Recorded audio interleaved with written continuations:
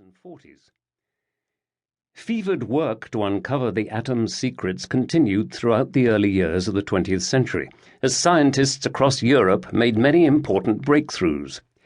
By 1932, American physicist James Chadwick made his Nobel-winning discovery of the neutron, the final missing piece of the puzzle. With Chadwick's discovery, the atom's structure had been unlocked. An atom consists of a nucleus, a central region of protons and neutrons, circled by electrons. The atomic age had truly begun. Several years later, in 1939, physicists Lise Meitner, Otto Frisch, and Niels Bohr determined that when an atom nucleus splits and creates new nuclei, a process called nuclear fission, it releases vast amounts of energy, and that a fission chain reaction was possible. The news brought with it the theory that such a chain reaction could potentially be harnessed to create a limitless supply of clean energy for ships, planes, factories, and homes, or unleashed from a weapon of unfathomable destructive force.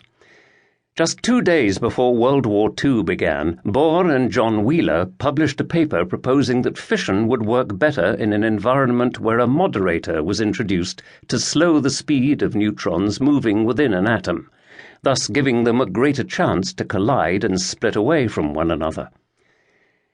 As the dangers of radioactive products became more well known and their civilian popularity collapsed, the desperation and urgency of World War II brought about other remarkable advances in the field. Britain was initially the country most devoted to unlocking the secrets of a fission weapon. Germany had a nuclear program, but it focused on power reactor development. After the Japanese attack on Pearl Harbor on December 7, 1941, America, which had previously concentrated on nuclear naval propulsion, began its own serious fission research, applying vast resources to the development of an atomic bomb. Within a year, the world's first nuclear reactor, Chicago Pile 1, was built at the University of Chicago as part of America's Manhattan Project, supervised by Nobel laureate for physics Enrico Fermi.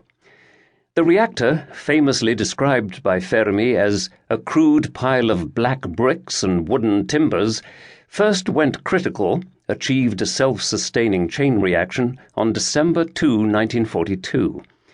Using graphite as its moderator, the reactor had neither a radiation shield nor a cooling system of any kind.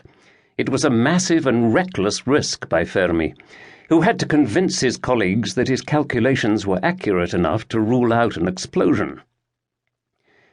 Joseph Stalin learned that the United States, Britain, and Germany were all pursuing fission after a physicist named Georgy Flerov, returning from the front lines, noticed all research on nuclear physics had disappeared from the newly published international science journals. The young man, who now has an artificial chemical element named after him, flerovium, realized the articles had become classified and wrote a letter to Stalin in which he stressed the significance of their absence. Build the uranium bomb without delay. The dictator took notice and devoted more resources towards the potential of fission energy. He instructed prominent Russian scientist Igor Kurchatov to focus on coordinating espionage information on the Manhattan Project and to begin surreptitious research into what would be necessary for the Soviets to build a bomb. To do this in absolute secrecy, Kurchatov established a new laboratory hidden away in Moscow's wooded outskirts. The Allied forces declared victory over Germany on May 8, 1945, and America turned its attention to Japan. Meanwhile, Kurchatov had made rapid progress but was still behind the Americans, who, under Robert Oppenheimer, successfully tested the first atomic device at 05-29-21 on July 16, 1945, near Alamogordo, New Mexico.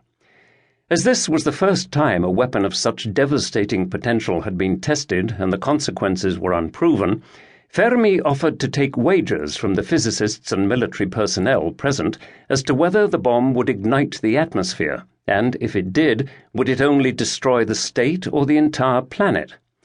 Codenamed Trinity, the blast dug a crater 1,200 feet in diameter and produced temperatures of tens of millions of degrees Fahrenheit.